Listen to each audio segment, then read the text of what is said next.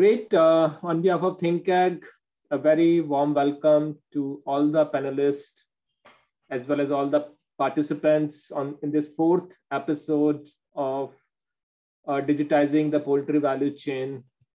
It's a series we have been running for almost a year now, and I would say one of the most successful series, given the participation and interest from all the stakeholders. And I would credit this success to Suresh's guidance, motivation, support all along. I think without him, we probably wouldn't have reached this far. So want to acknowledge the contribution from Suresh and the entire team at Venkateshwara Hatcheries, at Srinivasa Hatcheries, sorry. So I think it's a pleasure to host you all. There's a lot happening in the startup world, in the poultry industry. I think between the last episode and this episode, a few things have happened. Licious has become the first unicorn in the agri-tech space. So that's a good news. So thanks to Chicken, we have a unicorn in the agri space. Tender Cuts has raised more money. Agos has raised more money. In fact, Agos has started selling their branded eggs in the market now. And almost at 18 rupees a piece, and people are buying it. So clearly, there is opportunity for branding, for distribution, for giving a quality to the consumer that he or she is looking for. Of course, the market will take time to absorb the branded products, but nonetheless, a start has been made. And of course, we are seeing more demand for solutions around use of IoT and sensors in hatcheries. We are seeing more data monitoring. We are seeing even some data monetization now, which was always a challenge for some of these startups. There are people who are willing to pay for these devices and pay for the data for doing their analytics.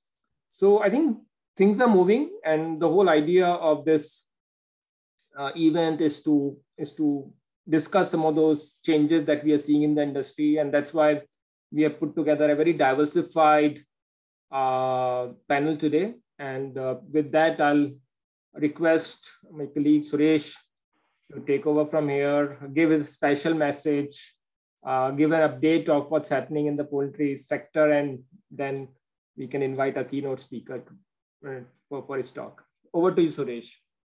Thank you, Hemander, for your kind words.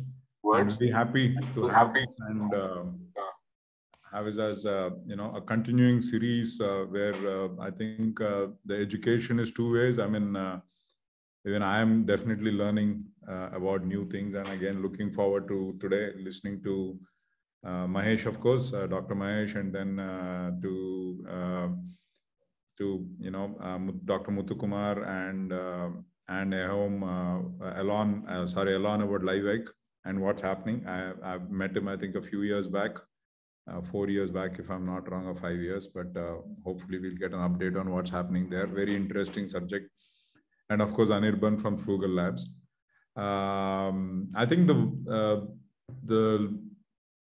today digitalization is definitely in the industry more and more the need, and we are going forward, and there's some exciting stuff happening, and a lot more needs to happen. And I think 2 or 3 major things that we need to look at going forward is one, poultry, and especially eggs. I mean, even with chicken, right? Both of them play a very, very important role in human nutrition.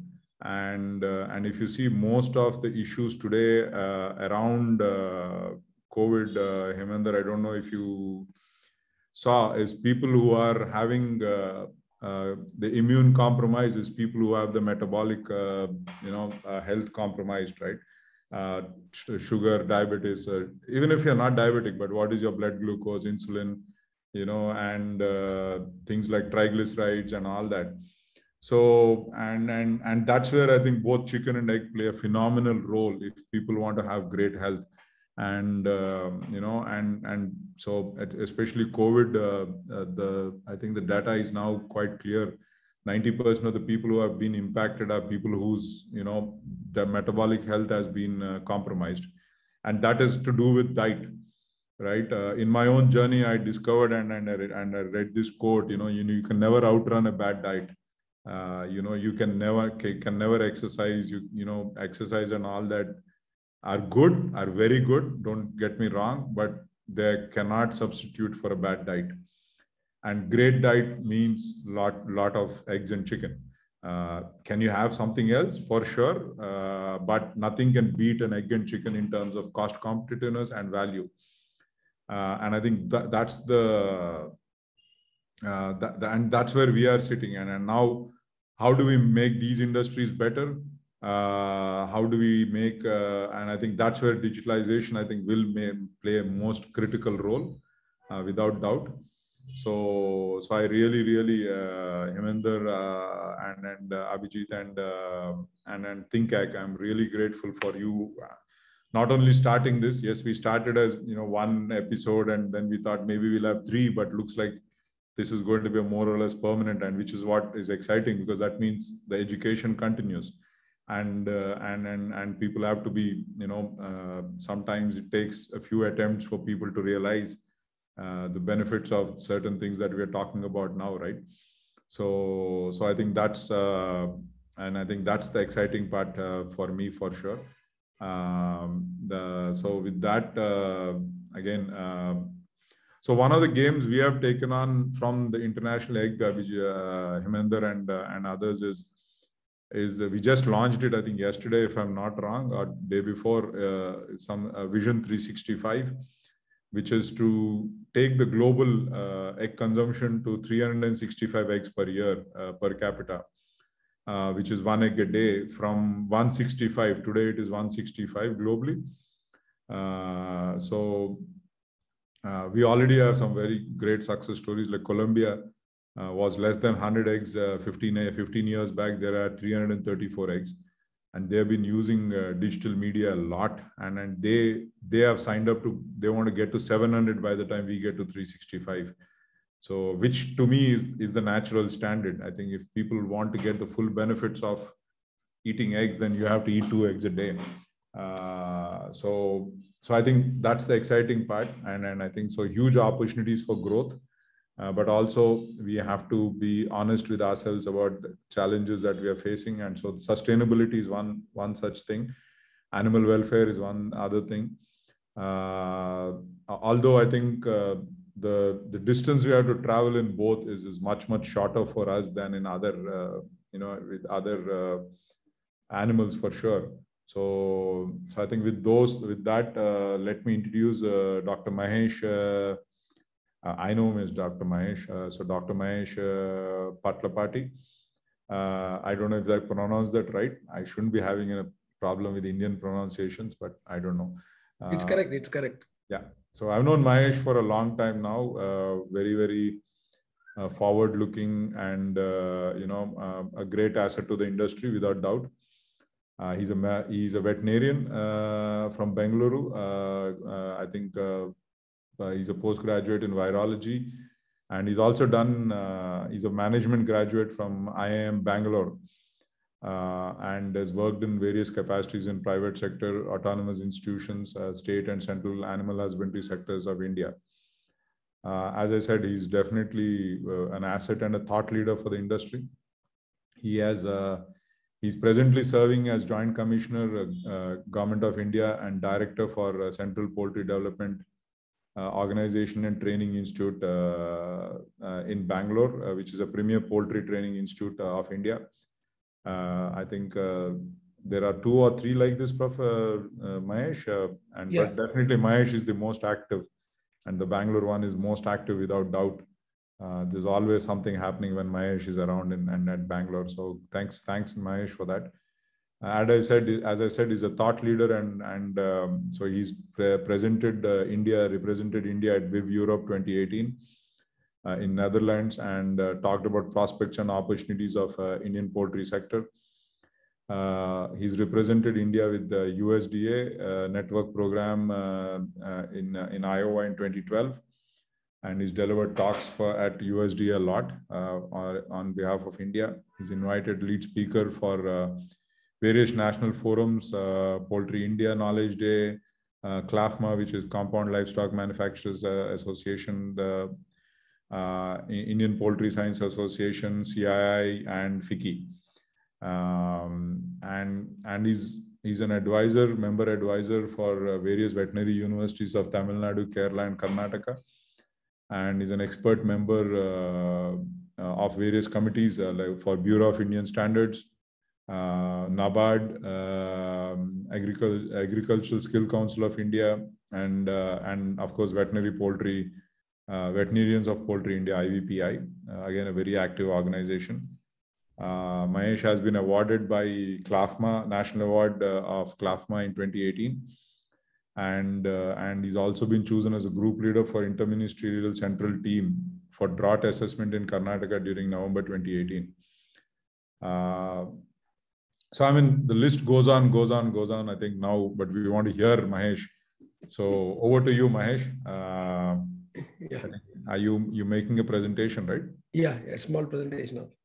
Thank you, Suresh, and the good initiation by ThinkAg and Heminder and Abhijit and co-panelists. I always have a pleasure to talk about the issues of digitization. It's a close art to India, because India never would have thought to introduce a digital rupee. Now we are going for CBDC, Central Bank of Digital Currency.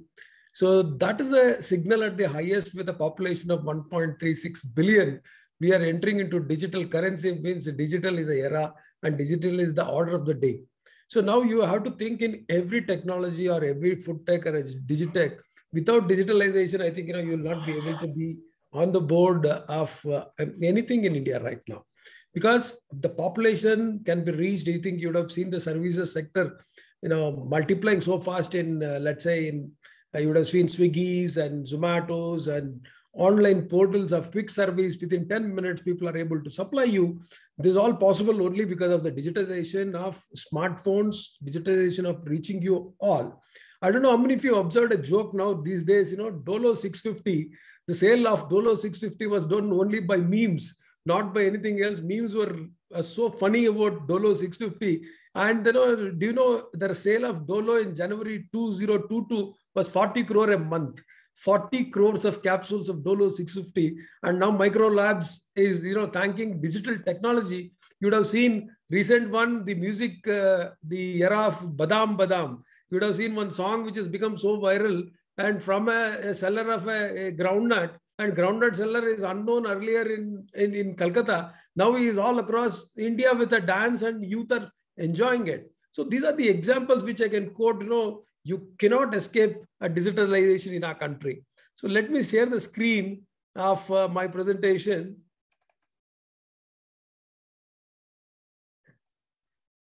I hope you're watching it. Just confirm that you're able to see. Heminder? It's visible, sir. Yeah, we can. Yeah, quickly, I think I'll take just 10 minutes because of giving you a whole perspective of what is the technology adoption. I want to call it as technology adoption in Indian poultry sector. So this is a run I want to give you quickly. What is our Indian poultry sector? Why, as Suresh mentioned, that we are driving protein. Nothing comes when you challenge with chicken and egg. So how do we adapt in value chain? So from egg to chicken, what are the technology adoption possible? Where we see this adoption being done? And lastly, we will give you what are the trend setters or the startups in the sector. See, why we are at attraction in across the globe is because of this.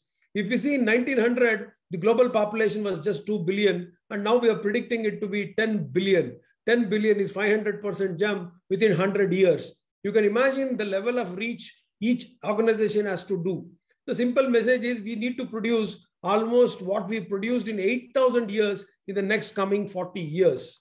And this is the latest figures of Indian leadership. You can see we are leaders in milk production with 210 million metric tons. Recent economic survey puts us egg production in 120, chicken at 5 million metric ton. We are almost now a $20 billion industry. I always say that, we compare TCS, Tata Consultancy Services, their top line is around 1.65 lakh crore. And our top line or our organization is also almost like 1.5 lakh crore with employment potential of 6 million, whereas only 5 lakh is the capacity of TCS to accommodate the employment. See, this picture, I always say, don't eat medicine, eat eggs. Anda dawa mat khao, anda khao. Dawa mat khao, anda khao. It's a simple message here. If you want minerals, if you want vitamins, just have one egg. It will give you everything. Similarly for chicken, fantastic balanced minerals and fantastic balanced vitamins with the energy and the protein requirement. If you see the profile, 36% is our poultry sector now. As you see that, I always told that, 1.5 lakh crore, if you see in that around 70, 80,000 is broiler sector, around 40, 50,000 is layer sector, rest is a back-end support which you give it. And this is the numbers to think in India right now. What are the opportunity for digitization? One has to look at the numbers now. Broilers today, we are producing around 1.3 crores per day. You can imagine where we are placing all this. How do we really take the data out of these number of broilers we are producing per day? And eggs almost like 20 to 25 crores. That is 250 million the eggs we are producing. Broiler breeders, this is a surprise for all of you. Last year when I made a presentation, I was telling you about 3 crores or 3.5 crores. Now the broiler breeders are 5 crores, 50 million. And broiler production, we are almost like 5 billion and layer around 300 million. So these are the numbers for you to think on that. What is attraction is growth. In India, consistently, we are growing around 8 to 10% in broiler, 4 to 6% in layer sector. The beauty of our sector still, we have to innovate because 95% is live sector, 4% is the processing sector, 1% is the value-added sector, which we are going in the market. Similarly, the structure of our egg distribution is 97% is still a matter of retailing, matter of open bag distribution or a filler. But now things are changing. 2% of the things which you can see is that branded eggs are coming and egg processed with egg liquid or egg paneer is coming. So this is our achievement to the world. I can say that we are the best producers in the world with almost like 32 days. We are able to reach 2 kilos, that is 50 kg. We 50 kg, 50 times jump from the 40 grams to almost like 2 kgs with almost 4.5 billion broiler production. So this is a typical broiler house for all of you to see in India. We call it as open house system. We call it as well-managed, well-ventilated open house system with each house having almost 10,000 or up to 15,000, 20,000 batch sizes in a farm. So this is a picture for you in egg production. We are the masters now. This lady is producing almost 330 eggs continuously. The dream may come, as Suresh was mentioning, 365 eggs we can dream of getting from one bird. So this is a typical layer farm for you to see in India. The biggest farms which we have seen is 500,000, 1 million like that. But this is a typical picture for you. So this is the breeding farm. Suppose you want to see the broiler breeders. These are the pair which were producing almost 180 eggs and 145 chicks. Now the number which you see on the top has changed. Almost 5 crore broiler breeders are available. Now let us come into digitization or opportunity for you to technology adoption.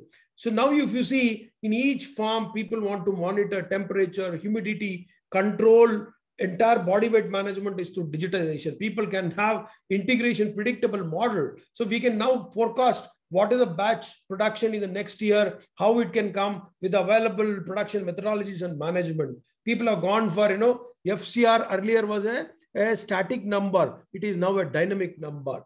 On which particular day, on which particular body weight, what is the FCR? You are really monitoring real-time FCR of millions of broilers sitting on your mobile, sitting on your, in your laptop, you can just see the FCR monitoring. And automation, real automation is being done now today in India with feeding, watering, egg collection, vaccinations being monitored real-time, sitting with a dashboard at your systems. So this is a typical farm in India right now. If you see here, the entire system is bag-free. 1 lakh broilers, you can put it in one shed. We think of having 5 lakh broiler unit at one. Sneha has done it in Hyderabad. IB has done it in central India. And many such Shinvasa farms also would have thought about this in that. Similarly, if you see the layer farm automation, fantastic pictures are available in South India, even in North India also. And this is my best example. Always I quote in my presentations. Please watch it in YouTube. Mega farms from Manikyam in Mysore. One gentleman handling almost 50,000 birds with entire PLC based system. Only one gentleman, entire 45,000 eggs are packed. and coming out. He will monitor sitting in his home how the farm is producing or performing. So this is a clean environment of our breeding farms. Many of us are learning biosecurity these days only because of the corona, but biosecurity was taught to us by, in poultry science last 3 decades back. If you want to enter into any poultry farm, you need to take a shower, go with a head mask and entire changeover of your cloth. And to give you another great, interesting story, when I went for certification system for aviation, my stool sample was sent abroad to check whether I am salmonella free or not. So that is the level of biosecurity in our poultry farms. Rest assured that the best protein is coming out of the poultry for you as a secured unit. Coming into feed mill, if you see today, people are adapting inventory management. So inventory management, like, we have a model called container model or a tank model, what you say. We can GPS track your vehicle. We can have a lot management, auto batching, state-of-art premixes. Today, you can even think of putting micrograms of your content only because of digitization. And to make a note here, my good friend Shriya Suresh Babu has put up a dust-free feed mill. If you walk around in the feed mill, there is nothing which sticks to your pant or a shirt. Totally digitized, auto silo management, auto banking, bagging, vendor analysis. Even, today we are doing all real-time analysis sitting in your room through your mobile. This is a picture, typical picture of, great feed mills of India today. Earlier, feed mill means we would have not imagined such pictures. Today it is better than a Taj kitchen. So it's such balanced poultry feed is being given to produce your good protein of egg and chicken. See, this is the feed mill I was mentioning, that dust-free feed mill in Bangalore. You can all welcome and see such a 20 crore investment, fantastic facility has been developed. Coming into hatchery value chain, if you see here, single stage hatcheries were earlier a dream. So I've used to think of 15,000 capacity. Today, 2 lakh capacity of incubator machines, 2 lakh capacity hatchery machines are a reality in India. We are now doing auto fumigation, candling, transfer, auto monitoring of entire embryo. That means, we say machine will speak to embryo, embryo will speak to machine, by which you are digitally mapping every the variable like carbon dioxide production, temperature of individual eggs, etc. And another interesting story I want to tell you here to the viewers, future ready vaccine broilers. It has been happening in Indian broiler in Raipur. They are doing in vivo vaccination. No future vaccinations are required. You are doing vaccination in the embryo itself. These are all possible by digitalization. How can you think of doing vaccinations of millions of eggs or the embryos? All this is happening in India. This is a typical picture of Indian hatcheries now. Such 40-50 hatcheries are available by Petersheim or James Way, almost like 4 crore, 5 crore investment. So this is the inside of that, which we can see almost 1.5 lakh, 2 lakh eggs are being loaded in this machine. So coming into technology adoption in processing, what people are doing in 10 processing plants in India with almost 5 to 10,000 birds per hour. All are PLC controlled, programmable logic control. Because you need not to have a huge manpower to control the entire machinery, because quality is a paramount. You need to have a critical control points to break there only. Traceability is a possibility today. Batch is a possibility today. You are going with QR coding, barcoding on the product. Consumer can view back where it is produced, how it is produced. I would advise now future with blockchain technology, even your product certification system can be done in a blockchain technology.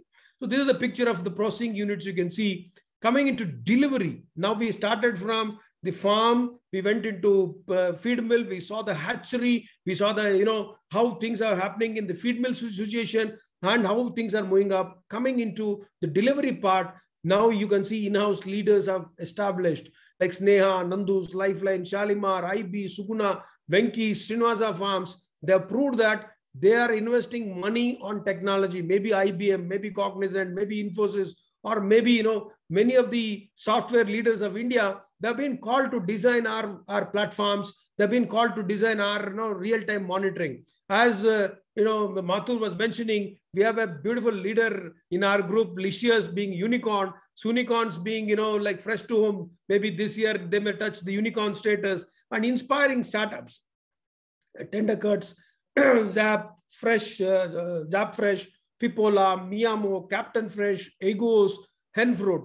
I'm inviting all of you tomorrow to join the roundtable. First roundtable I've organized with all the founders all the 10 founders, including Licious, Abhay Anjura, and then Sean, to Abhishek Negi of Egos, everybody, Fipola, everybody is coming. Tomorrow we are discussing on how we should develop a future leaders and how we are going to have, expectations from the industry. And online marketing is the order of the day now. Strong backend software, consumer analysis. Today, people are analyzing consumers. Suppose, I'm sitting in Bangalore. The northern Bangalore eating habits are different. Eastern Bangalore is different. Western Bangalore is different. Southern Bangalore is different. And they're now going into compartmentalizing even the layouts, particular layout they are compartmentalizing, and so that the delivery happens to the expected consumer with the expected quality and the content. Now you can see such a beautiful, the package system have come in our poultry sector to meet the digitalization. You can do barcoding, you can do analysis of everything. Ultimately, to give you a final one, data management and traceability. This is the backbone of any industry today. Companies are spending crores of rupees on this. So ultimately, you see the trendsetters. I'm inviting tomorrow all of these guys. See, they were all not connected to poultry sector at all. Abhay was an insurance advisor, and Vivek, which you see in the right side, the chartered accountant. Now they created a unicorn in our sector. He was a game engineer, Mr. Sean. He is the leader of Fresh to Home. And our Nandus, our Naren was a software engineer in America. They have set up in Nandus. And you can see ex-MobiQuick engineers. He is my good friend Dipanshu. He has set up a company called ZapFresh. And you can see a dairy engineer has set up one company called Captain Fresh to vertically only for this thing. And Nishan Chandran for tender cuts. And Abhishek Negi. See, 4 IIT guys. Can anybody thought earlier, IIT guys coming into poultry sector? I'm really proud of my friend Abhishek Negi. Tomorrow he'll be joining in our platform. So he has proved that IIT guys are venturing into egg distribution. Egos is the company. They are entered into Bangalore also. They will be entering into all over India in the near future. Giving you another final push for you to think. This gentleman, Mr. Ashokan, in the photo it is written as Manjunath Marappan, is the partner of him. They have come out with a concept called Happy Hens. Can you believe this differently abled person could prove that he is selling eggs at $50? He is selling that eggs at $50, and they're totally available in all the platforms. Now they got a promising entrepreneur award for the last year by Economic Times. So this is the list of the people which you have to think, and people are spending money. I say that earlier marketing was very bad in poultry. Today they are spending almost like 10 to 15 lakhs for a full page ad. So this is an example to show you how people are putting money. They have been covered in Economic Times. They have been covered in news channels, and they're reaching into first page. So this is a proud moment for my sector, where I call poultry for passion, poultry for protein. So that is how which you can see here. I'm well within my time. I think I said 10 to 15 minutes. So this is the leader lifeline. Kishore Hegde has established beautiful future-looking shops in India. And the final thrust I can see is, can you believe Mr. Prakash Shetty has set up a chicken processing outlet or a shop along with the jewelry shop? You can see here, this is the jewelry shop and the chicken shop. This would have been a dream in India earlier. Now this is a possibility. These are the protein stores. And another thing, to give you egg factory, you would have seen like a fantastic idea of giving multinational cuisines into your plate. This is another company called Hen Fruit in Chandigarh. Final push for all of you is, can anybody thought a German can come into India? German, Mr. Arthur, has come into India and made this statement. This, I use it in every presentation. German quality made in India. We always love, made in Germany, but Germans are coming into India and making a German quality made in Bangalore, in Jigni, and exporting back. So I would say that if you don't do it, we will be exposed and somebody will come and do it.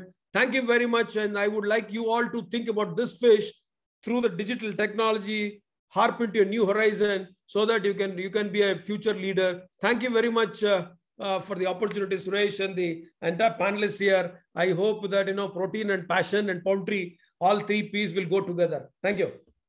Oh, thank you, Mahesh. Thanks for your, as usual, passionate and, filled with a lot of knowledge and, of course, thought-provoking this thing. And I agree. I think one thing, Mahesh, I wanted to say when you started was, eating cannot be digital, right? People still need to eat. So I think, so for us, end of the day, nutrition, fortunately, will always have to be done physically. And, but I think it's about, but I think people's knowledge is getting better, Mahesh, I think, right? I think in India, especially, that's why I see tremendous future for poultry, is because I think today people's knowledge is really increasing about protein consumption and the importance of that. And while, there is a lot of talk about plant-based stuff and all that, but also I think now facts are also coming out about the importance of animal source foods, right? And I think while sometimes, we are under attack for certain things, but I think truth is also coming out about them, that it's not as bad as what they are, or actually we are getting much, much better. So I don't know. I mean, so I can give you this thing. I think in the chicken industry, we have reduced our resource consumption by 70% in the last 30 years. Be it water, Hemender, I mean, feed, water, energy and all that, has overall 70% reduction in resource consumption to produce the same now, right? So, and it has been through technology. And Mahesh was saying, Mahesh, the record, I think we're going to have a farm now, which we're expecting in the next 5 weeks. I think it will be 470 eggs in 100 weeks. Oh, and saving close to 4 to 5 kilos of feed. And again, I don't know if you're aware, we have had the record of 1.19 FCR for a 2.3 kg bird. So we are having 1.3 quite a lot, 1.3, 1.35 quite a lot, but we were below 1.2. We have had at least, I think, 2 batches below 1.2 and 2.3 kgs body weight. So it's not even like a small bird, right? So yeah, and now the whole point is, my excitement is that we want to use digitalization so that almost all farmers get those numbers, right? Not 1 or 2 guys, this thing. And I think that's where, so thanks, Mahesh. I think, I hope you'll be around. We'll ask some, I think once people ask questions, I think we will. Sure. Okay.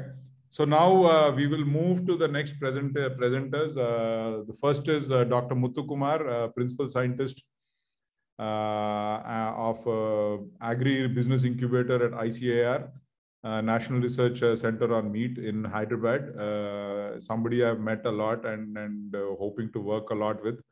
I think, so Muthu Kumar, over to you.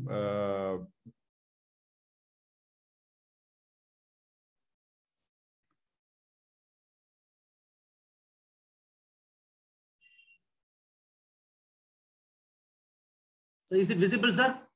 Yes. Nice, yes. Ladies. Yeah. So thank you very much, Suresh Garu. I take this opportunity to thank Think AG, Mr. Hemendra and Abhijit for this opportunity. So very warm welcome to my presentation. So it's a very great opportunity for me and a great pleasure to be with the industry icon like Suresh Garu and the well-known poultry profession, Mr. Dr. Magesh and other panel members. It's a very great pleasure to be with all of you. So I will be presenting about the incubation activities of the ICR NRC on meat. So greetings from NRC on meat. It's one of the constituent institute under the Indian Council of Agriculture Research. So knowing the potential of the entrepreneurship and also the employment generation potential in meat sector, so the ICR has established the Agri Business Incubator at NRC on meat in the year 2016.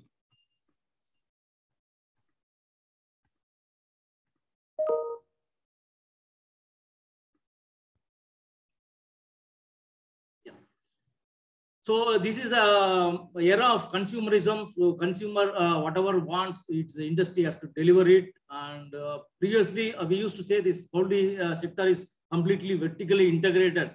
But I was agreeing for the last few years back. But currently, because the last leg is the reaching the consumer. So most of the integrators, they go up to the growing and then they stop selling. From retailing, they're completely off. But currently, most of the integrators also get into the last leg, and we are able to get the quality and safety chicken delivered at the home. So thanks to all these online marketers and the integrators also. So this incubator, basically we are a technology-based incubators. We have a lot of technology in the whole meat value chain, starting from the meat animal production, hygienic meat production, then processing into various value-added product, and even we have technology for waste disposal and byproduct utilization. So this agri-business incubator at NRC Meat, we offer the service of incubation to the probable startups and incubators. We also commercialize our technology available with the institute. So we have a well state-of-the-art facility for slaughtering of the birds. We have the 200 birds capacity per hour capacity poultry processing plant. We also have the sheep and goat slaughter unit, and we have rendering and pet food manufacturing unit, and also we have a state-of-the-art value-added meat processing plant. So this will be offering to the entrepreneur for making their product development, also utilizing for the test marketing. So we also have the state-of-the-art facility for analytical facility for testing their product. We also conduct a lot of training program, business development programs, and also networking. So we are also looping the various mentors available at the different institutions for the betterment of the incubators and startups. We also provide co-working space to the startups. So I told that we have array of technology starting from the meat animal production, clean meat production, processing, as well as byproduct and waste disposal, and even also have technology for assuring the quality and safety of the meat product.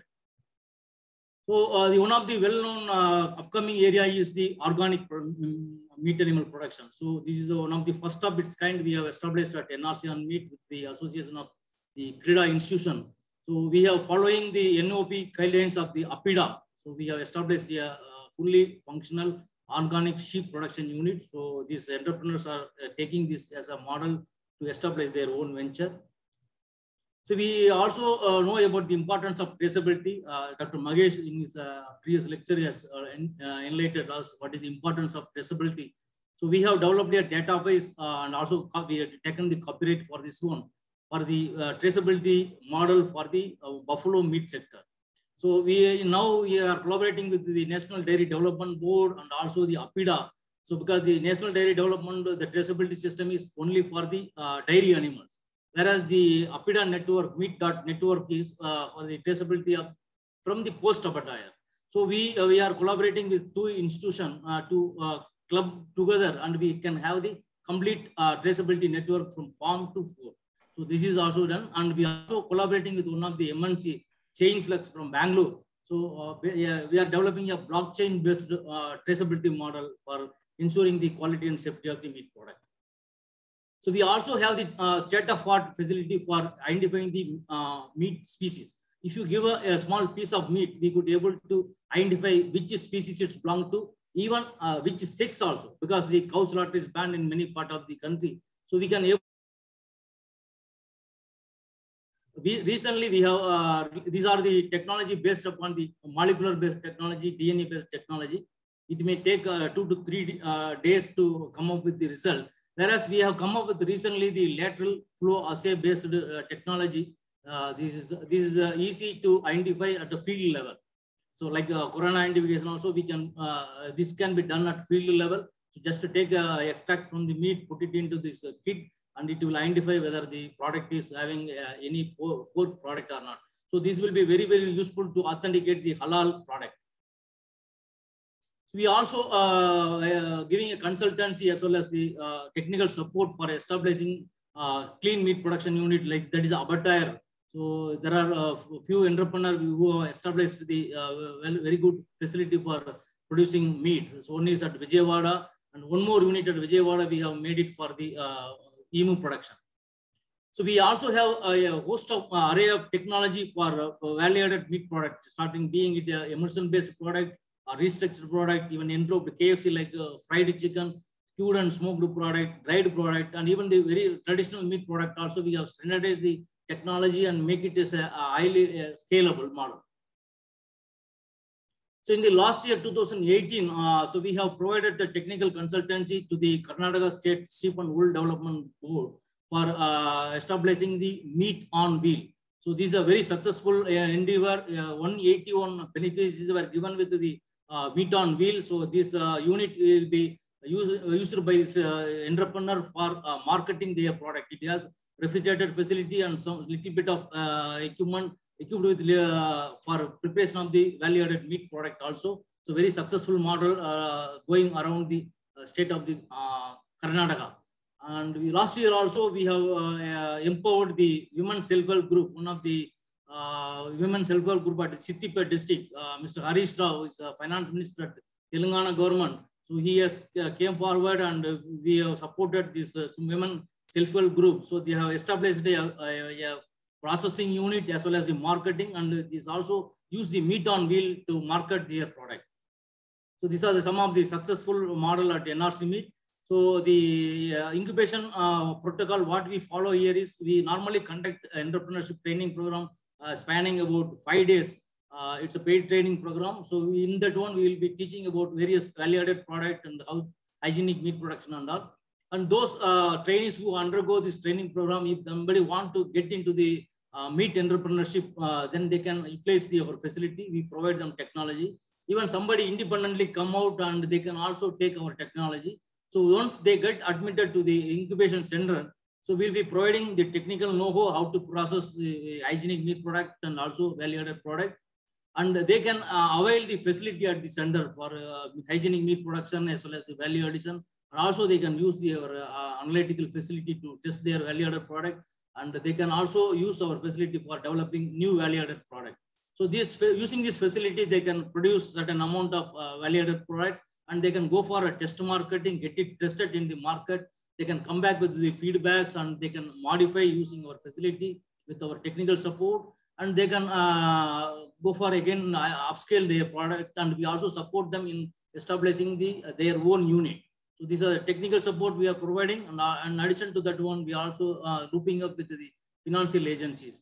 So this is they can leverage the network what we have with the very many ICR and other state agriculture universities where the technical know-hows are available. So there is no need to all the way come to NRC Meet. So we can link up to them various ICR institutes around the country.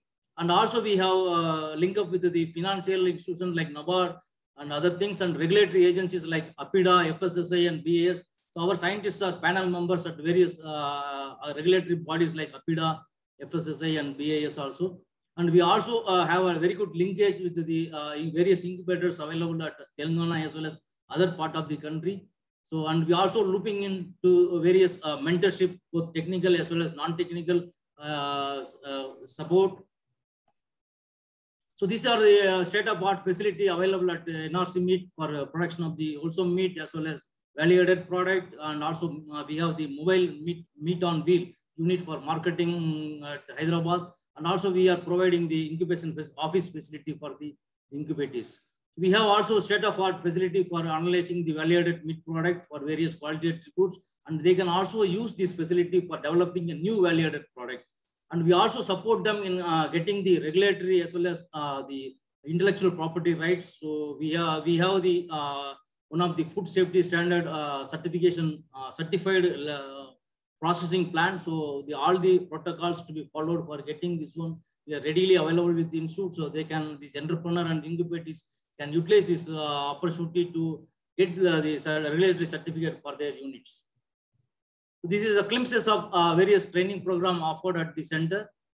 And these are the memorable moment where signing the MOU with various incubators and startups, and also inaugurating their facility and releasing their trademark logos and inauguration of their units. So this is the trademarks of some of our incubators and their facilities. Even this. So this is the trademarks for our clients. So they were not only concentrated in Telangana, they are widespread. Our presence is across the pan India, so starting from the Chandigarh to Tamil Nadu. So this is the overall aspect of the incubator service about the NRC. Yeah. Slides are not moving. Oh, sorry. Nobody told, sir. Yeah, I was thinking there was a problem. I should have, sorry. Okay. So, shall I quickly run it again? Just only slides or no need? you have time, no problem. Okay, sir. So again, I will stop sharing and again share it, sir. Yeah, please do that. Yeah.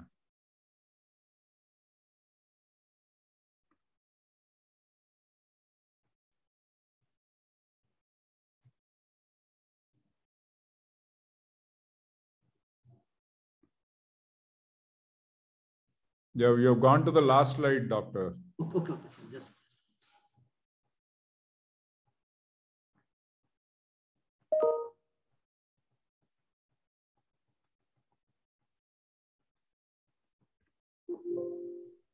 Yeah.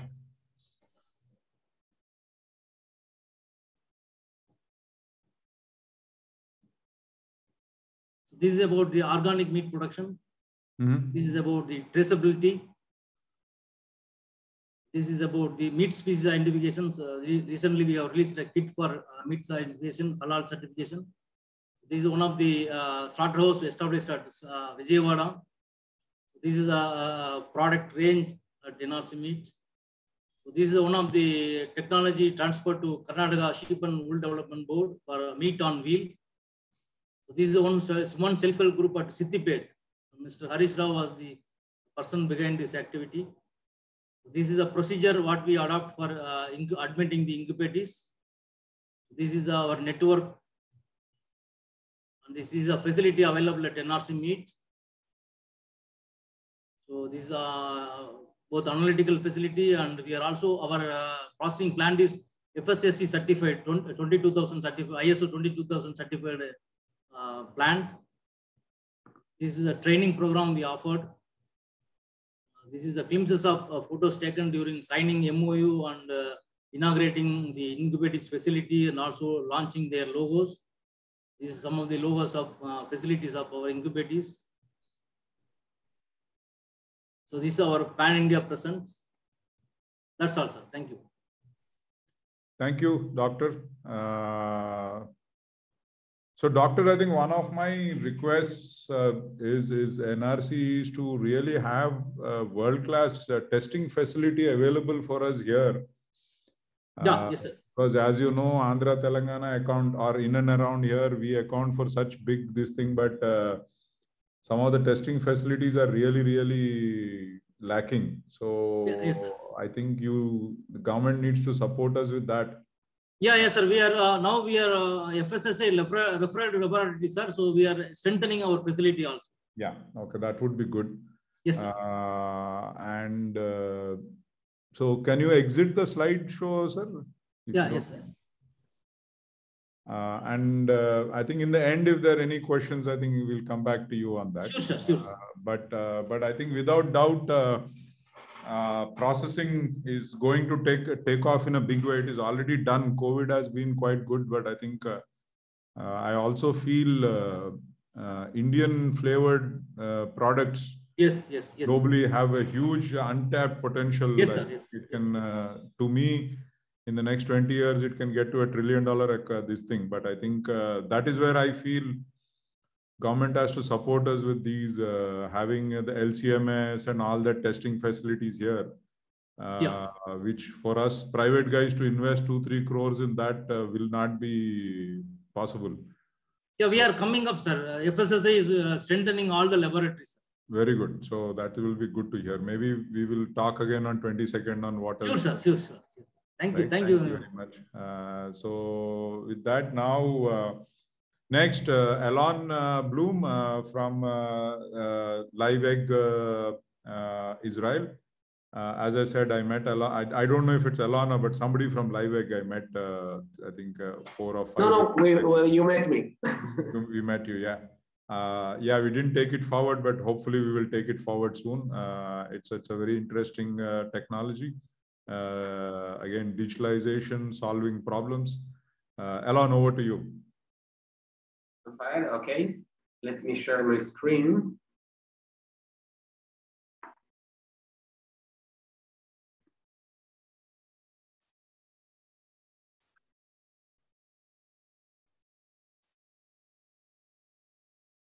Okay, it started. No, but it's still not in presentation mode. Yeah, let me see.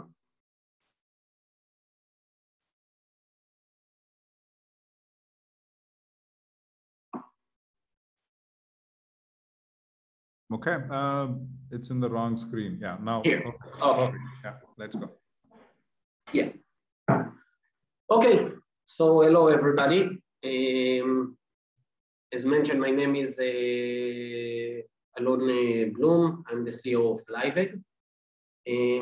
Thank you for inviting me here today. And I would like to present you some of the technology that we developed in the last few years, actually. So, few words about who we are. So, LiveEgg is a rather young startup, Israeli startup. Our major shareholders are Baram Group. And why I mention it, because Baram Group is one of the largest, of course, in Israel size, one of the largest of the broiler integration in Israel. And today we are even working outside Israel, mostly in Africa. But during the years, we started to realize that some of our problem, we couldn't find any solution, even developments that we could find to solve some of our problem. And we started to, in Baram, we started to invest in technologies that can help us to find solution to problem that we couldn't find any solution before. And this is why we created LiveEgg. In the first few years, actually 2-3 years, what we did is to create a very unique technological platform. What we call POMP, as you can see here. POMP stands for Poultry Optimization through Monitoring and Prediction. What is this technology is about? It's combined by two different parts. One is the hardware. The hardware is an electro-optical system that know to take out of the eggs. I'm talking, of course, about fertilized egg in the hatchery. To take out of the eggs an electrical signals, send it into our cloud, and in the cloud, we are meeting the second part of the system, that this is the technology platform, where those signals meet a very sophisticated algorithm and deep learning machine, and we know how to convert it into biological behavior. After we developed this technology or this platform, we started to develop the product.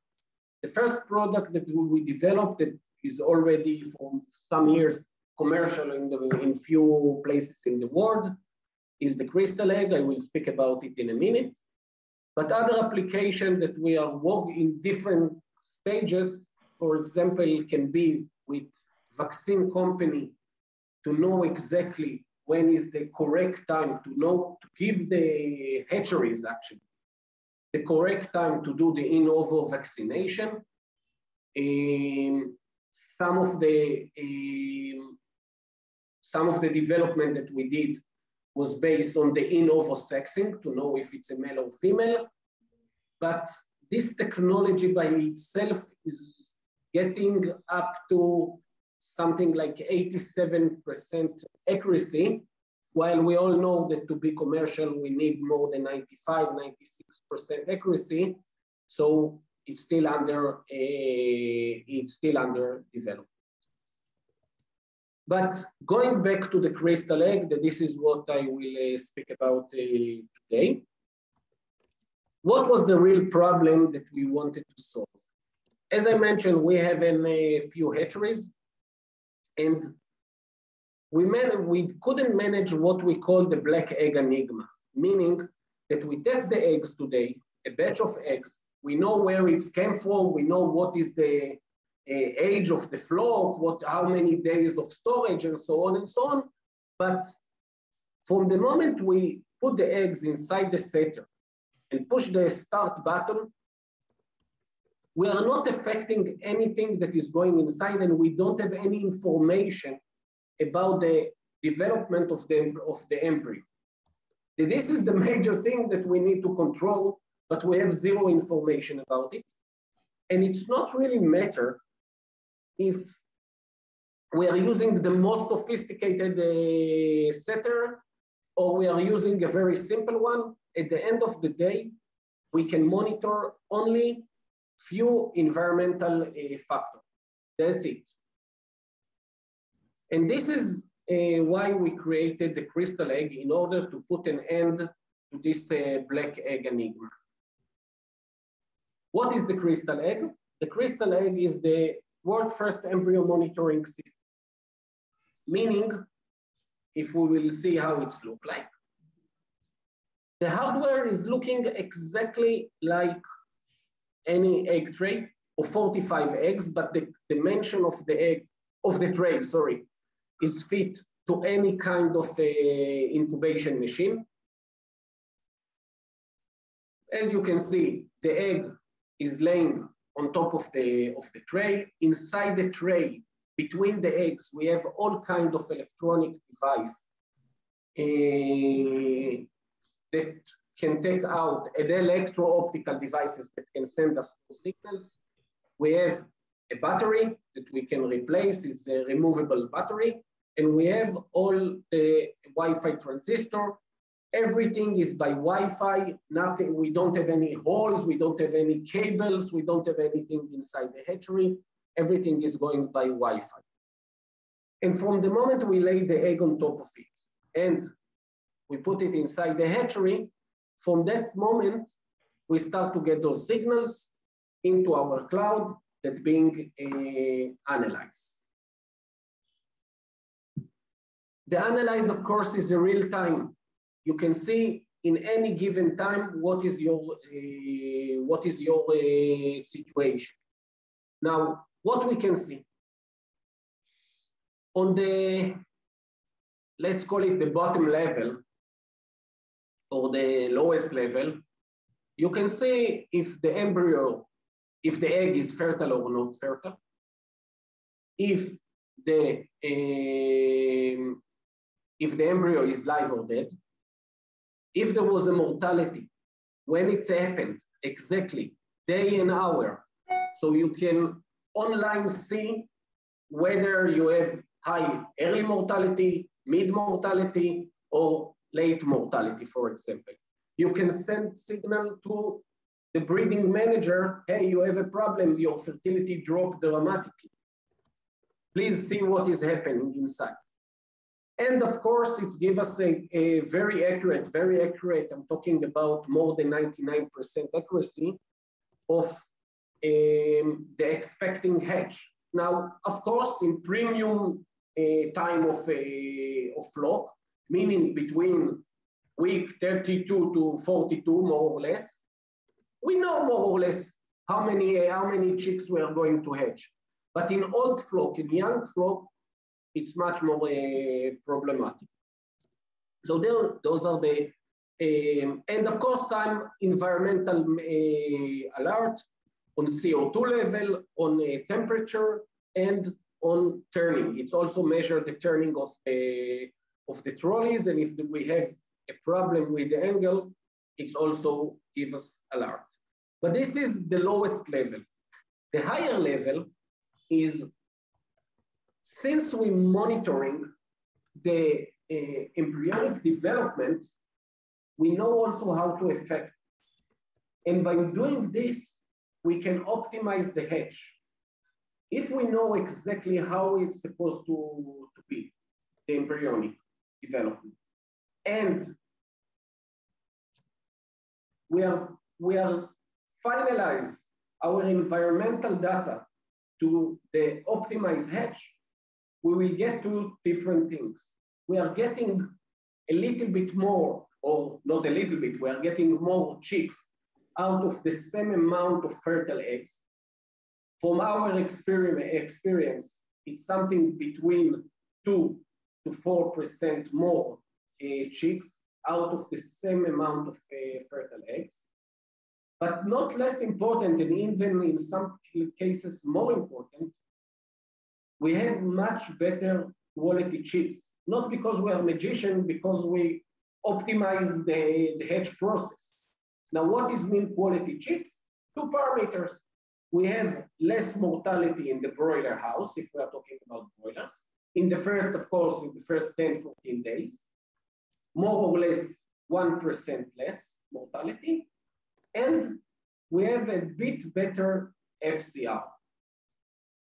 So if until here, I'm summarize the benefits, we get a better hatchability, we have a higher quality of chicks, because we know exactly what will be the hatch. We have a better production planning for sales and marketing and so on.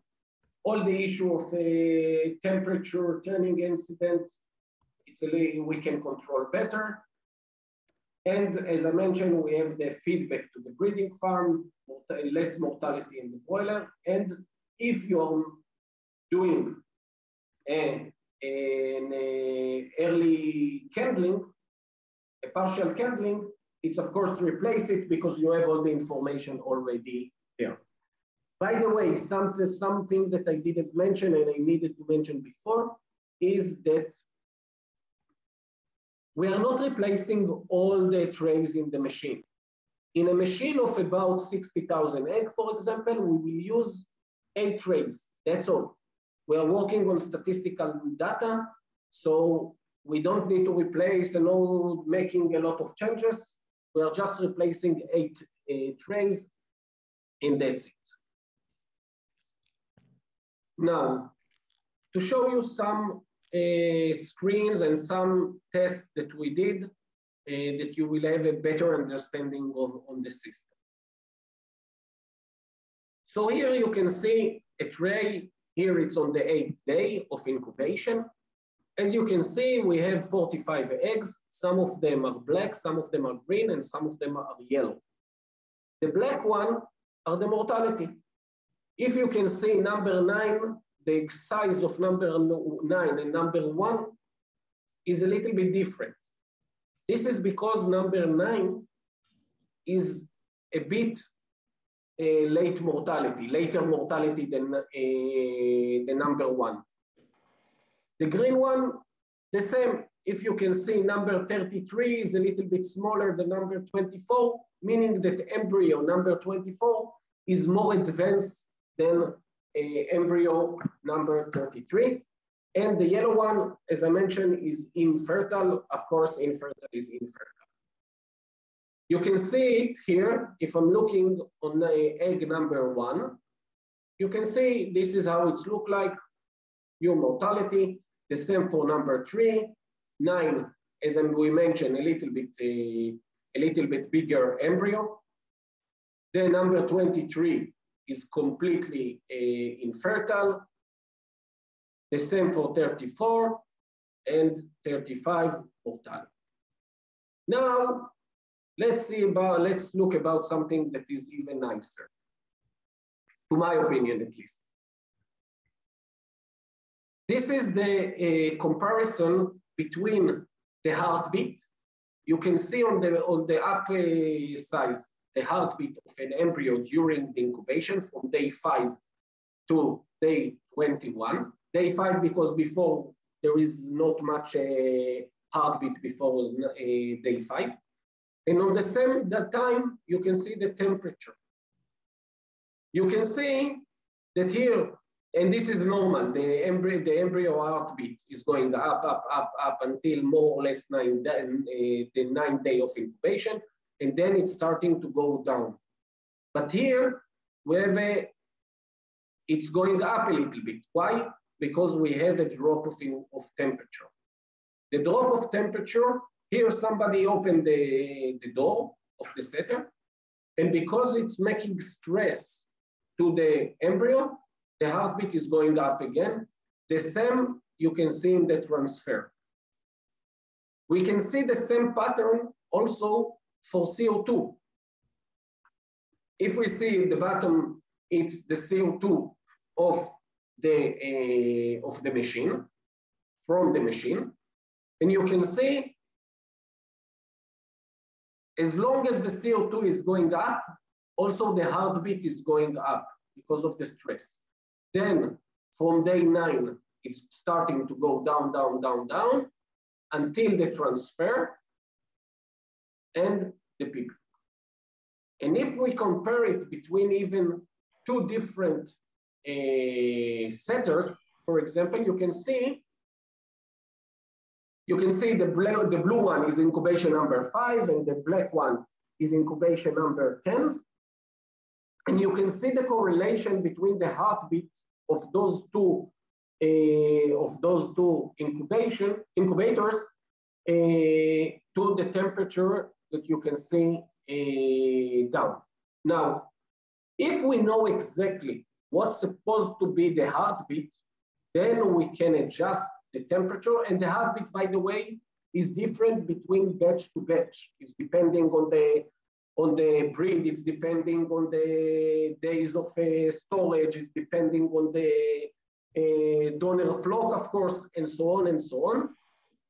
But by doing this, we can control the heartbeat and control the optimization of the hatch. Last thing that I want to show you is the correlation. This is the development stage in day number 6 of 7 of incubation. Okay, this is the curve of the embryonic development. You can see a very nice correlation between the embryonic development at day number 6, 7 into the body weight of or the uniformity, let's call it like this, the uniformity of the head chicks. And this is why we know how to affect the uniformity and the optimization of the process. Since we know how to affect the embryonic development, we actually affect the uniformity later. Okay, that's it. Thank you very much, everybody. You can have here my email and telephone if later after this presentation you will have any question, or after this meeting, I will be happy to be in touch and answer any of your questions. Thank you. Thank you, Alone. Thank you very much. I think we'll wait for if there are any questions at the end, or I will ask some questions. Okay. Thank you very much. That was very enlightening. And I think, yeah, as I said, I will ask some questions if there's from nobody else. Next speaker is Anirban Chowdhury, co-founder and director of technology of Frugal Labs Tech Solutions. Again, somebody I got to know in December. They made a presentation to me. I think interesting again. It's a homegrown company. So Anirban, over to you. Take over. Thank you, Suresh sir. Thanking Srinivas Farms, Hemendra sir, ThinkAg, Abhijit sir, and all the other participants and panelists. I will just share my screen first. Please let me know that you can see my screen or not. Sure. Please go ahead. Is it visible? It's visible, not in presentation mode yet. Yeah, I'm trying to do that.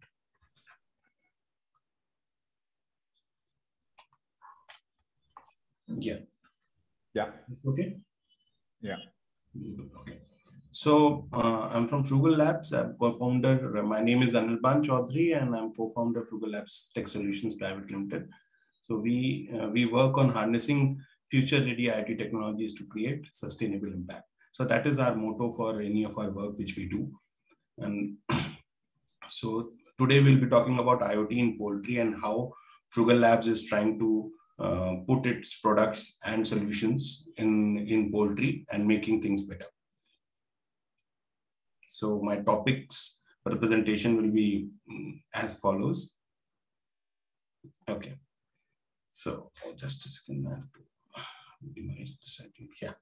So Frugal Labs, we actually work on conservation of natural resources. Mainly, we look into water, air, soil, fire. So this is our standard for any product development on any field. And working on these things, we normally work on the agriculture and agri-allied services. We have products in agriculture where we do soil, water monitoring and all. We have for water conservation as well as for pisciculture and fishery, we have solutions for water quality. So similarly, we have now started working in poultry industry.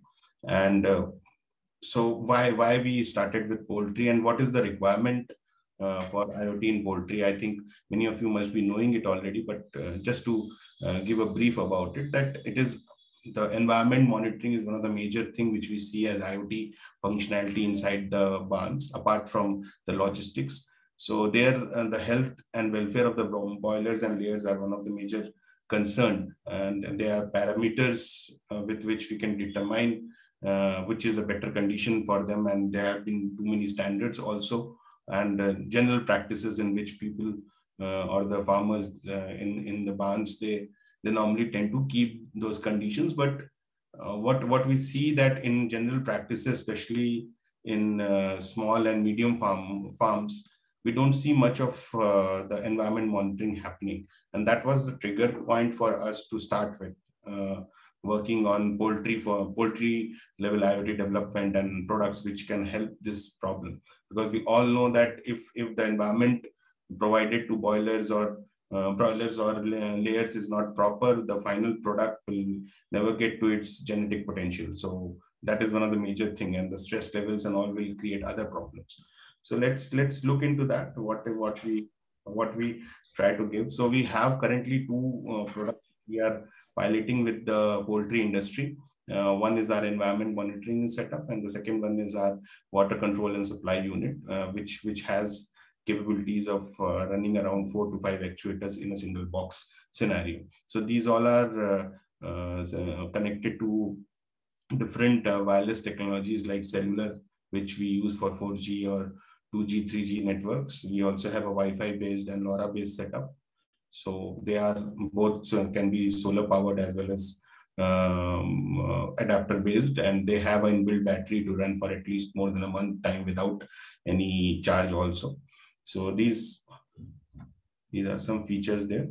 Okay, so we just to take a point that why we selected the environment standards and what is the things we are trying to manage out. So with our device system, which is the environment monitoring, we are trying to identify or trying to get the real data for temperature, relative humidity, carbon dioxide, carbon monoxide, ammonia, and hydrogen sulfide. So these are common gases which are due to some wrong processing or not taking proper measures. These can be a common thing in a barn, and which can be really harmful and have different effects. Like for temperature, if I say that even we have to maintain a temperature between 20 to 25 degrees or 24 degrees in a barn. So if we reduce it, let's say by 1 degree also, the feed per degree increases to more than 1.5 gram per degree.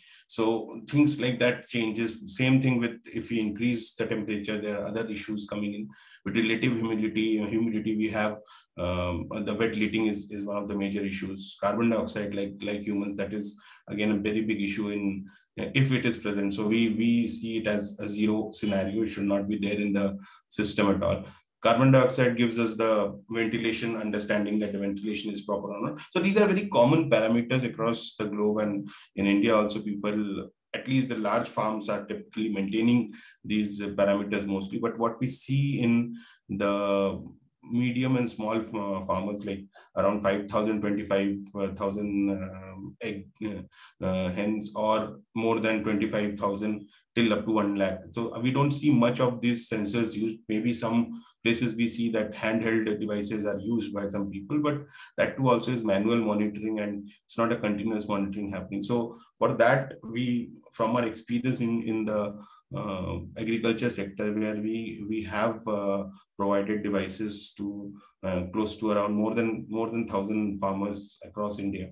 So we started working on this maybe at least 6 months back.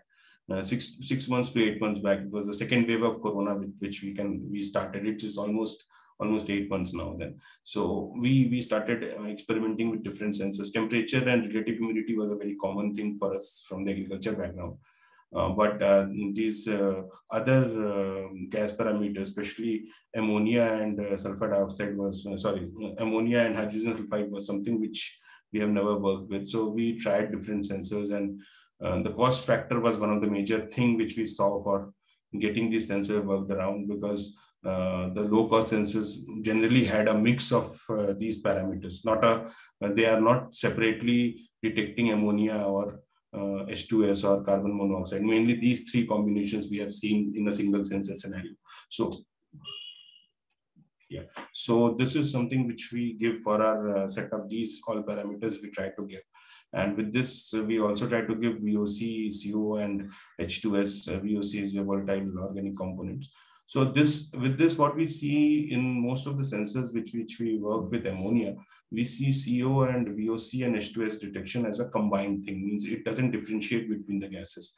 So we are trying to work around a method with which we can use the low cost sensors and find out a AQI kind of a scenario which we have for normal cities. We can have a similar AQI for birds, where we can have for poultry, where we can have this combination, which is all these gases are present and they are bad, but individually tracking them cost more. So why not create a common quality index or air quality index which can be maintained? So we are working on that with the parameters which we have for these setups.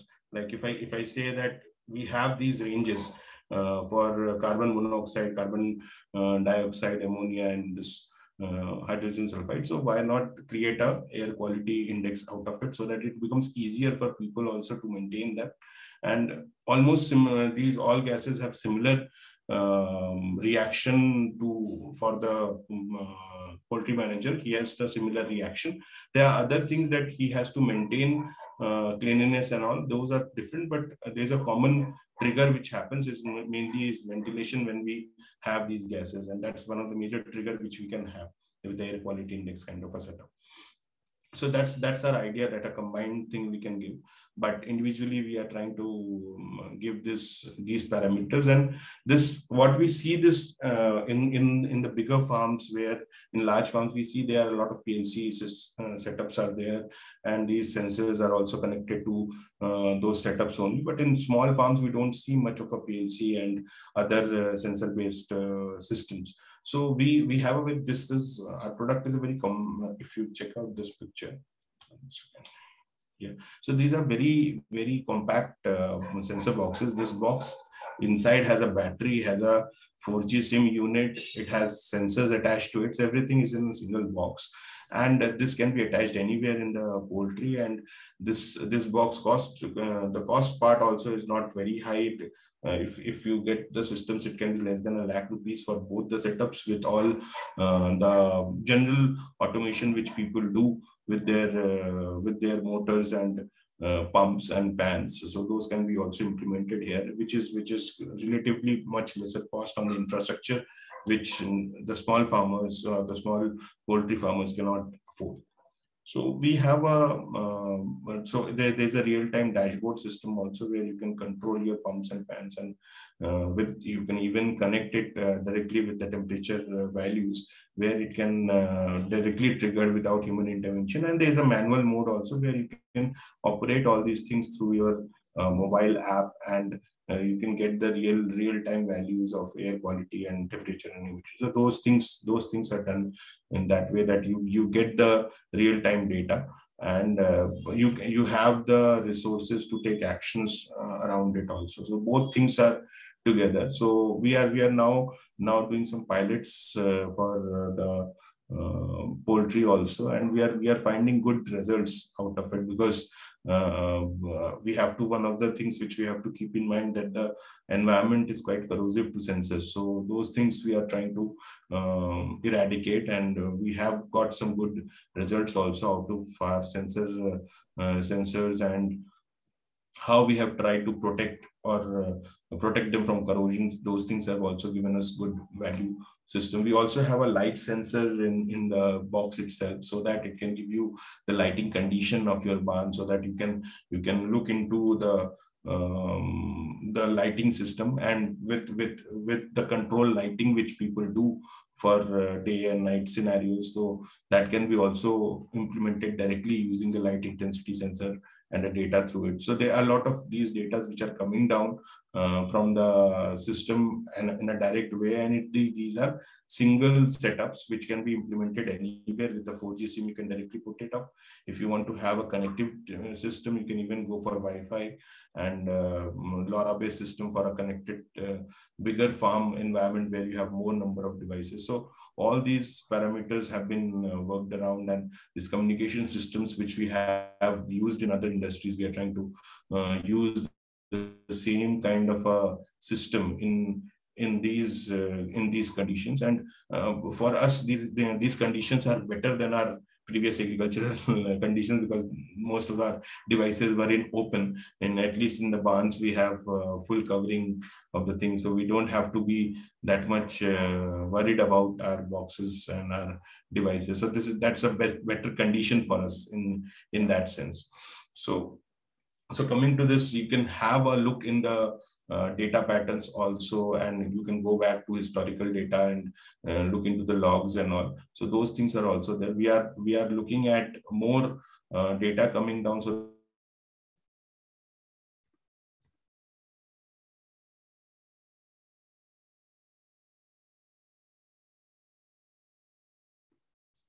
is there a problem my side, or I think we lost Anirban. did we lose Anirban? Okay.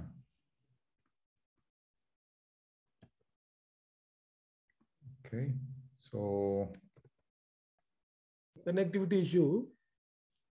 yeah, I think so. Let's see. Hopefully, he'll join us in a few moments. Okay, so there are.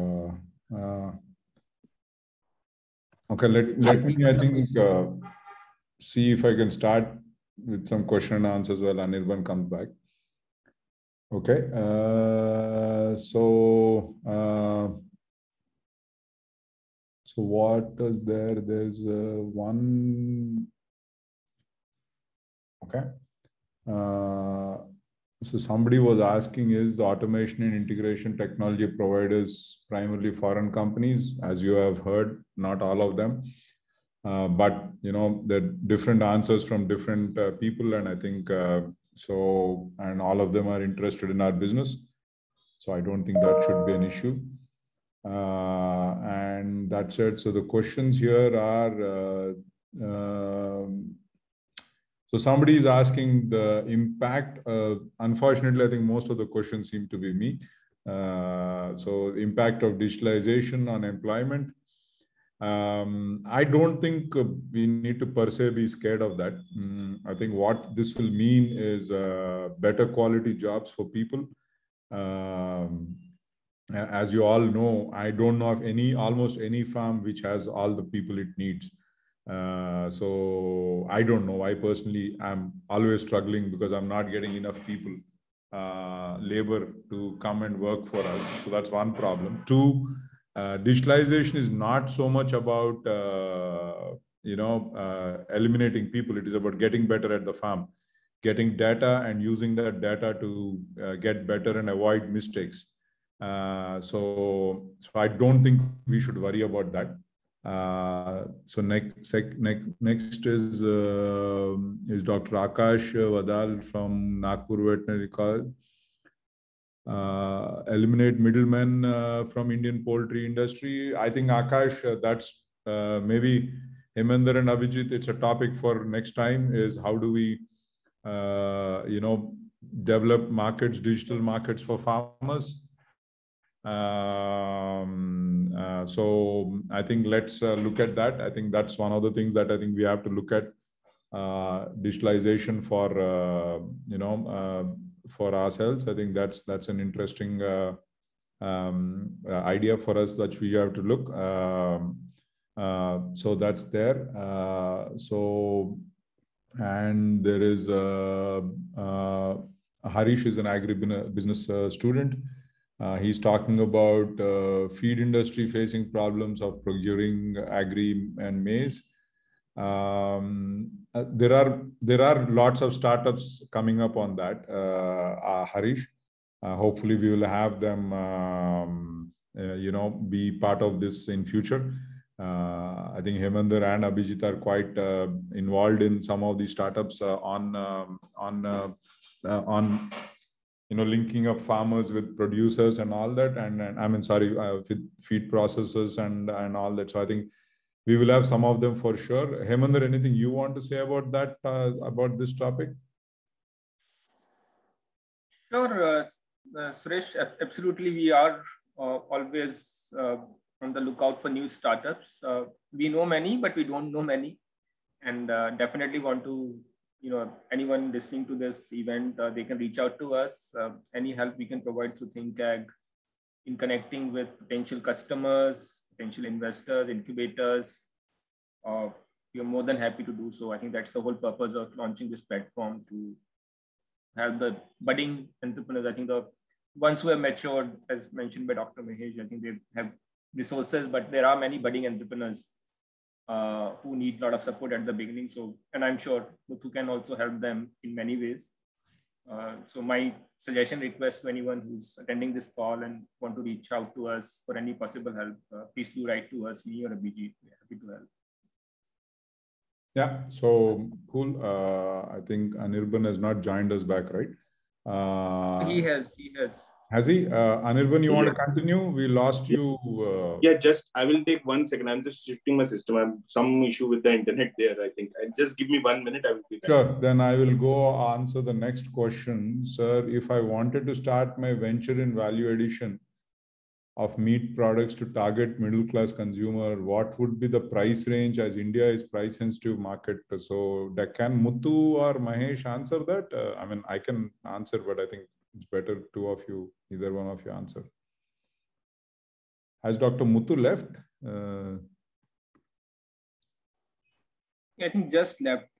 Maybe Mahesh, Dr. Mahesh can you answer that? If you have anything you want to say value on addition, that? right? He wants to know, value addition of what should be the target price range. So, which is kind of interesting. Muthu, that question can be replied in differently. He has to see the market segment.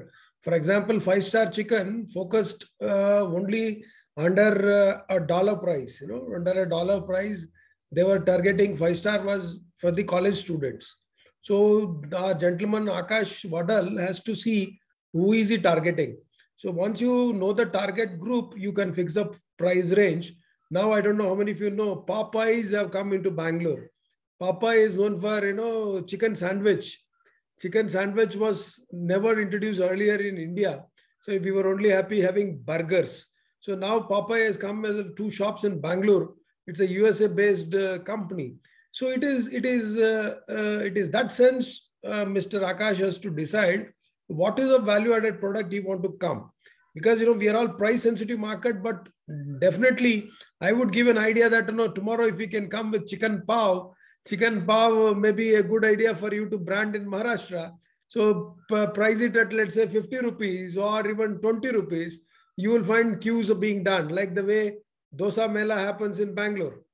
I hope, Akash, you got my, inputs correct. Otherwise, you can come to me. We will help you out to design the price. Don't worry.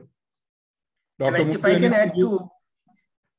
add to Dr. Mahesh, what Dr. Mahesh said, I think what I've seen post-COVID, in terms of consumers' propensity to pay price for quality food, I think that has gone up significantly. We have never seen branded vegetables, we have never seen branded fruits, and we have hardly seen branded eggs. But I think last 2 to 3 years, that has matured. And as I was mentioning at the beginning, Eggo's pricing 180 rupees for a pack of 10 eggs. who would have thought of it? Anda was always 5 rupees, 3 rupees. It has moved to 7 rupees in the commodity market or 8 rupees retail price, but 18 rupees, I think, is new. And India is not one of the markets which one size fits all. There are consumer segments. Unfortunately, in India, exceptions are always in millions. So it's not that you have to capture each and every customer. Even top 5%, 10% who can pay for value-added food is probably good enough market. And that's where I think a lot of new players like Licious and Fresh to Home look at their pricing and the pricing in the wholesale market for chicken, huge difference. But having said that, people are buying on these platforms and they are looking for value addition, safety, traceability, quality. So I don't think pricing is as big a constraint as probably it was a few years back. Okay, thanks. I think Hemant, there are markets, of course, but I think part of the advantage of value addition is that, I think we get worried about pricing, but people are, it's essentially the same thing. Dr. Muthu, anything you want to say on the subject? Yeah, sir. Actually, pricing, this consumer segmentation is very important. So you cannot, with a single strategy, you cannot target all the elite customer or price sensitive customers. So you can have a product range which suits to high-end customer and also suits to the customer who sees the value for the money.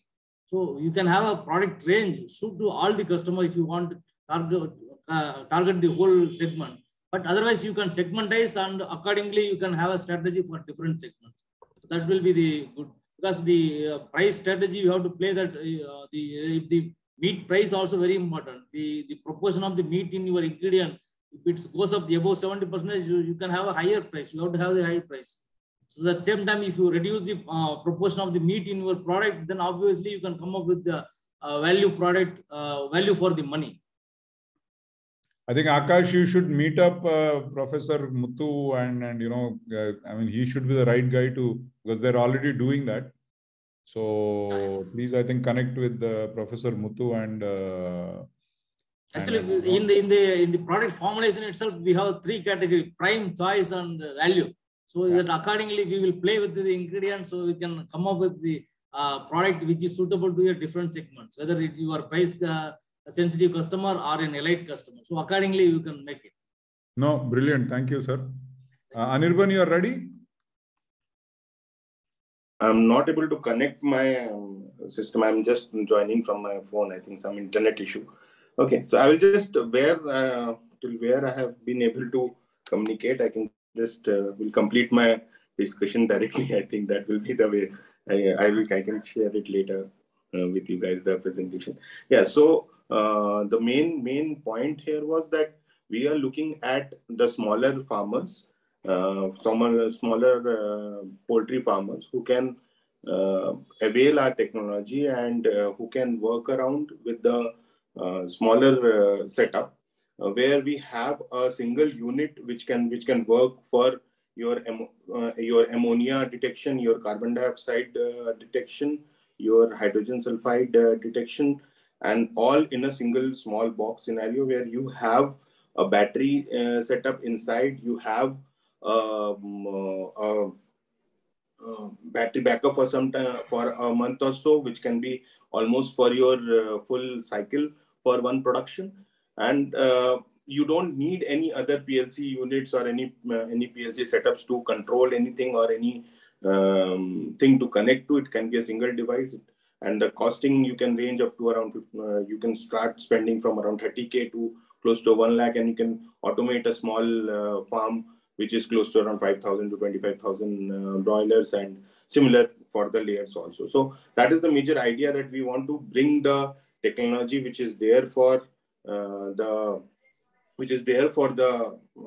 bigger farmers or the large farms, which has all the PLC setups and all the monitoring scenario. The same thing can be brought into small farms, and they can avail the same kind of technology and they can use it to create a similar kind of a product, end product with the same kind of a quality and same kind of the environment protection, which helps everyone into the system. So that's the core idea where Frugal Labs is trying to bring to the poultry industry. We have started doing some pilots and we are already getting some very positive results. And we ask everyone here also to help us in finding this as a right fit for the industry, because all our setups are designed and developed by us in India itself. And we want that the smaller farmers also has the same kind of technology at a much lower cost with the same kind of quality. They can also do things in a better way and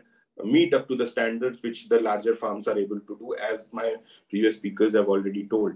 So that is one of the major reasons why Frugal Labs is looking into the poultry, and we want to create similar kind of products which we have created for the agriculture industry. We want to do the same thing or a similar thing in the poultry section also.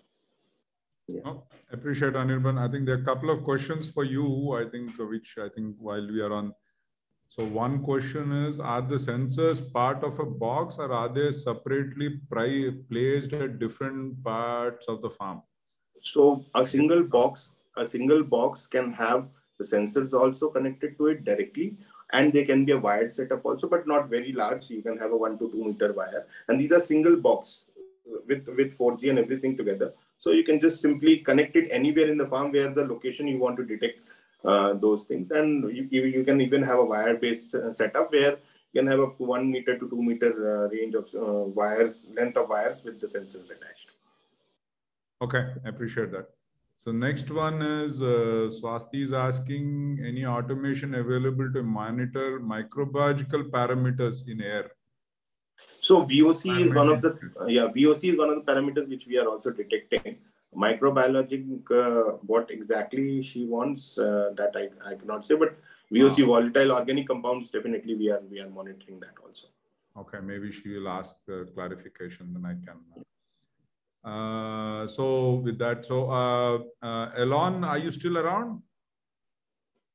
Why am I missing? Because yes, I am. Yes, I am. Elon, could you give us some idea of what is the? I'm like trying to understand like where your system has been used. What kind of difference did it make? I mean, I was wondering if you had any case study for that, any one or two. Quickly, could you tell us? Like you said, somebody in Africa is using it, how did it make a difference to them? Any problem solved? I think it will be interesting for all of us to know what kind of problems your system solves. And for me, surely. Okay. So we have the system already operating in some places in Israel, in Europe, as you mentioned, in Africa. If I'm taking, you ask about Africa, so if I'm taking Africa as example, in Africa, we are talking about very sophisticated past reform hatchery, state of the art, but they had the problem of that the hatch was not that good. It was a good hatch, but they managed to get something like, if I remember correct the numbers, something like 86, 87% of fertile. Okay, that is a nice result, but not that brilliant. Now, using this device, we managed to finalize where were the problem of them. We analyzed several things that they did wrong.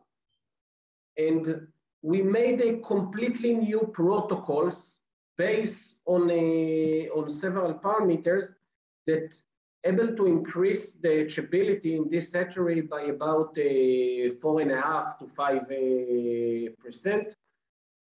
In this specific hatchery, I cannot speak very much about the quality because they don't monitor it. They don't have any information about from the guys that took the chicks. Okay, they just sell the chicks. They are not integration. So I cannot speak about the quality. I can speak about the quality in the hatchery, but not. We reduced, for example, the first grade and second grade. So we almost don't have any second grade in this hatchery. Now, we all need to understand that this device can be very, very specific. What I mean, at the beginning, it's okay. At the beginning, we will monitor by flock age, by by day of storage, and several breed and several things. But we all know, everybody here that have a hatchery know, for example, that there is difference between the first setter in the hole to the last one. Because in the last one, the water gets a little bit warmer than the first one, or the air, never mind, the way you're cooling, the way you're managing the hatchery. And since we can monitor each setter by itself and see exactly what is the condition that needs to any one of the setters, we can build a very specific protocols to specific location in the hatchery. This is more advanced thing, but this is part of the things that we are doing. Of course, by the way, if I'm looking a bit about the future and the not far future, very near future, because we are already working on this, this device will be completely integrated in the setter machine. And by doing this, we are getting almost a complete autonomous hatching machine that always perfect the hatching based on the embryo needs and not based on what we think the embryo needs. So this is more or less where we are going now. Okay. No, excellent. Thank you. I'm sure that will be useful, and I don't know if my hatchery guy is listening, but hopefully we'll get in touch. So, and then we have a couple of more questions. So, okay. Mahesh, I didn't understand this, but digital mandis for eggs and live birds with video linkages to the source farms or for buyers to view the produce are a central location where they can be aggregated, and there's a question mark. So I didn't understand that. But I guess it's the same thing as the previous one of the previous questions asked about having digital markets for farmers, and I think we will think of that as one of the ideas for future Heminder and Abhijit, right? So Satya, okay, it's an idea for future. I think that's the idea, Satya, is that where we are talking about,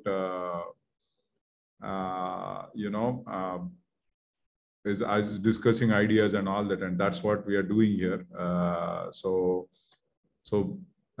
Since you missed some of the earlier presentations, I'm sure you can go to ThinkAg and see the previous presentations that we made on this subject. You might get ideas, and of course, we will be bringing in more people about saving energy. Quite a lot of these are about saving energies and increasing price realization per unit. I think all the presentations have been about that. So can you explain how we use digitalization for farm operation and how does improve productivity? Any companies in India doing this? I think Dr. Mahesh, you want to take that question? I think you answered that, but I think the question is, can you tell who's using digitalization or some ideas like this to save money? I think almost all the companies are using now. For example, delivery companies are using a lot of technology. Even, operationally, people like broiler production, they're using technology. So I think technology adoption is very quiet. I mentioned in the presentation also, so that, those are the issues where technology can be either in the back end for efficiency improvement or in the front end for your market delivery, and then customer segmentation. So customer is the king, so that, you have to really drive the needs of the customer. So accordingly that, you can plan it out. I think that sums up. And I'll share the presentation also to, Abhijit tomorrow, so that he can share it later in the, even in the platform. Thank you. Yeah, Senthil. So Elon, I'm happy my hatchery guy is listening, is on the thing. So good. He has a question. Can you share a short, brief results about one of your devices? I think Senthil, you have Elon's email. Please write to him. I think he has already shared. Please write to him and connect with him and look at it. So yeah, I think that's my suggestion there, because I think Elon has already answered the question. I asked him that. So with that, we are done with question and answers unless somebody has anything. So somebody, Dr. Saikya is asking, does the IPT system can be equipped for airspeed monitoring? Or I mean IoT system. Can it be equipped? Yeah, sure, sir. I have already answered it to them. We can add an anemometer and it can find the wind speed and the airspeed. Cool. We can add to the systems. Now, Swasti said elaborate. I don't know what, but anyway, so I will ask her to get in touch with you. I think Yes. Somewhere you can ask Swasti to, yeah. Right. With that, Hemendra, I think we can end. That was a pretty good, productive program session. Yes, absolutely. Yeah. So thanks, Suresh, for wonderful moderation as always. Spot on, bringing all the relevant topics to the fore. And thanks for energizing us about the new target that we have on hand, 365 days, 365 eggs a year. I remember that saying, an apple a day keeps the doctor away. So I think it's time to look at egg also as a daily consumption item. And I think that's a great target to have. Special thanks to all the panelists, Dr. Mahesh. What a passionate presentation it was. It really set the tone of the whole event and we really enjoyed it. It was full of insights. And I think you are doing a great job of supporting startups. I'm so happy about the event that you're doing tomorrow. I'm sure a lot of participants from today's events are going to participate in tomorrow's event also. So keep doing the good work and we will definitely engage more with you. Muthu, thanks very much. Again, you are doing fantastic job. And we good to hear that there's so much of action happening in promoting innovations in this sector. I'm sure a lot of listeners to this call will reach out to you. We'll also make sure that a lot of poultry startups who come to us, we know whom to direct to, and I'm sure you can add a lot of value in their journey. So thanks very much for joining us today, and we look forward to work with you. Alon, a wonderful presentation, very, very precise, targeted, great solutions you have on hand. And I'm sure, of course, you are pretty much a global company already, but I'm sure your solutions are very much needed in Indian market. I'm hopeful that, platforms like this probably will create more visibility, and we are happy to connect you with some of the potential customers who may really benefit from your solution. So thanks, Alan, for joining us and for staying with us throughout this 2-hour session, almost 2 hours we're completing. So that's great. Anirban, as always, pleasure listening to you. I know how much hard work has gone in building these solutions, knowing you from the very beginning. And I'm so happy that you are developing solutions and you are getting traction. So keep doing the great work. As I always said, the whole startup world is moving after data, software. I think we need guys who can do some bit of hardware, and I think Frugal Labs is one of those startups which I see, which can really develop some very interesting hardware devices, of course, along with the data platforms, etc. And of course, once again, thanks to Suresh and his team for working with us in building this series. As Suresh mentioned, we started with 1 episode and we were never sure whether we should do the next episode, but every time we do an episode, we get so much of ideas and energy to do another one. So for all the audiences who are on the call, we'll plan a 5th one also in next couple of months, and we would definitely look forward to all of you joining us again. In the meantime, as I mentioned during the call, if you want to reach out to ThinkAg, myself, or Abhijit, we are available for any possible help. With that, thank you very much, all the participants and panelists. Have a good evening, and we look forward to see you again in ThinkAg events. Thank you. Thank you, Hemendra. Thank you all. Take care. See you tomorrow morning, 10:30. Thank you, everyone. Bye. Bye. Bye. Thank you.